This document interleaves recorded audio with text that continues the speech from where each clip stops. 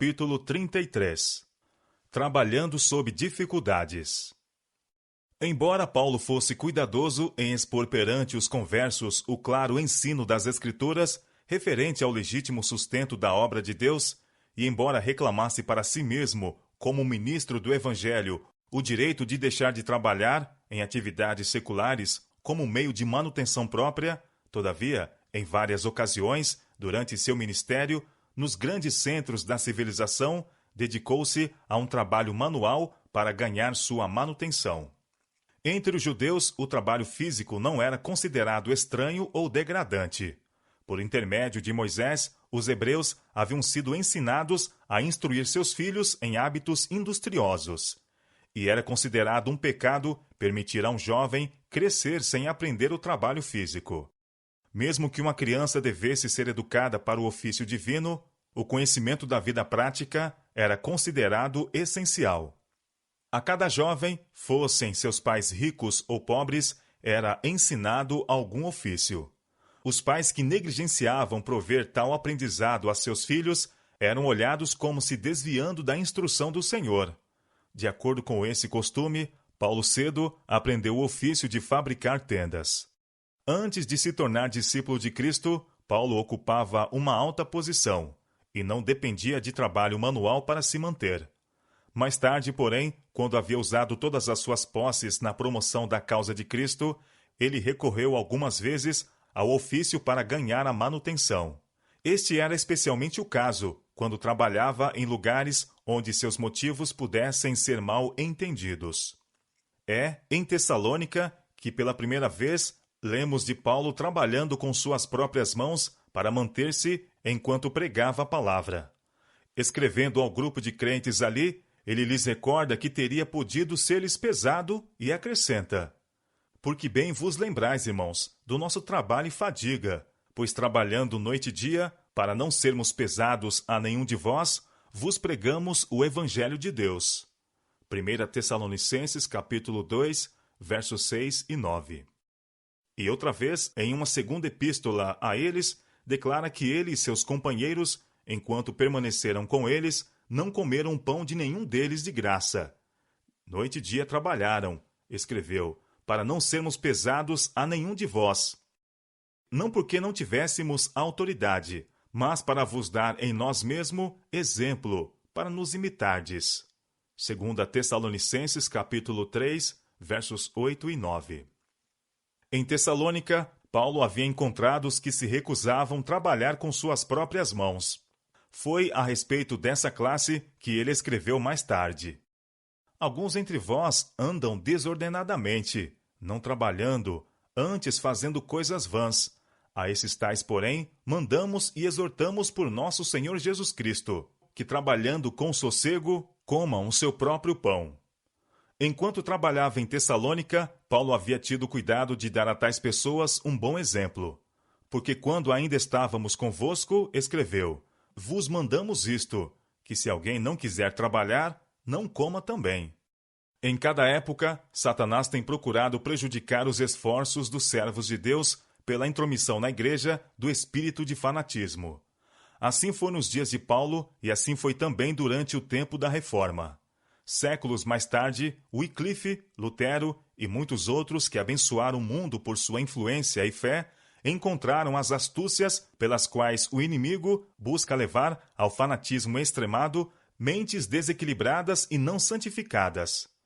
Criaturas desorientadas têm ensinado que a conquista da verdadeira santidade coloca a mente acima de todos os pensamentos terrestres e leva os homens a se absterem inteiramente do trabalho. Outros, interpretando com extremismo determinados textos das Escrituras, têm ensinado que é pecado trabalhar, que os cristãos não devem se preocupar quanto aos seus interesses temporais e de sua família, mas dedicar a vida inteiramente às coisas espirituais. Os ensinos e exemplos do apóstolo Paulo são uma reprovação a tais extremismos. Paulo não dependeu inteiramente do trabalho de suas mãos para manter-se, enquanto esteve em Tessalônica. Referindo-se mais tarde à sua experiência nessa cidade, ele escreveu aos crentes filipenses em reconhecimento dos donativos que deles havia recebido enquanto esteve ali, dizendo: porque também uma e outra vez me mandaste o necessário a Tessalônica. Filipenses capítulo 4, verso 16. Não obstante o fato de haver recebido este auxílio, foi cuidadoso em dar aos Tessalonicenses um exemplo de diligência, para que ninguém pudesse, com razão, acusá-lo de cobiça, e também para os que mantinham pontos de vista fanáticos referentes ao trabalho manual, recebessem uma reprovação prática. Quando Paulo visitou Corinto pela primeira vez, encontrou-se entre um povo que desconfiava das intenções dos estrangeiros.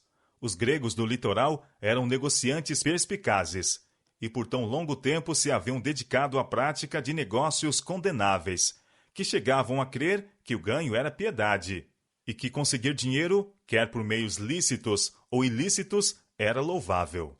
Paulo estava familiarizado com suas características, e não lhes desejava dar ocasião de dizer que ele pregava o evangelho para enriquecer.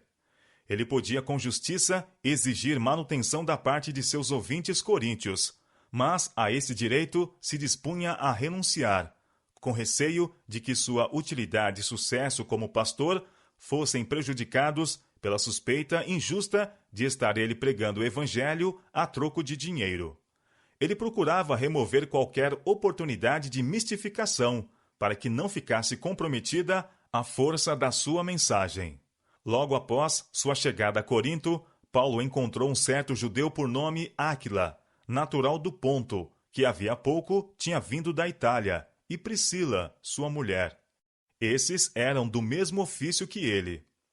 Banidos pelo decreto de Cláudio, que ordenara que todos os judeus deixassem Roma, Áquila e Priscila tinham vindo para Corinto, onde estabeleceram um negócio como fabricantes de tendas.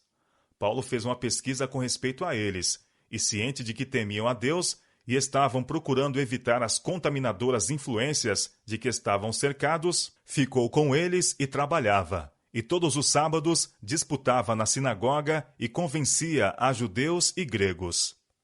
Atos capítulo 18, versos 2 e 4. Mais tarde, Silas e Timóteo se reuniram a Paulo em Corinto. Esses irmãos levavam consigo recurso das igrejas da Macedônia para o sustento da obra. Em sua segunda carta aos crentes de Corinto, escrita depois de haver erguido ali uma forte igreja, Paulo recordou sua maneira de proceder entre eles. Pequei porventura, humilhando-me a mim mesmo, para que vós fosseis exaltados? Porque de graça vos anunciei o evangelho de Deus. Outras igrejas despojei eu para vos servir, recebendo delas salário.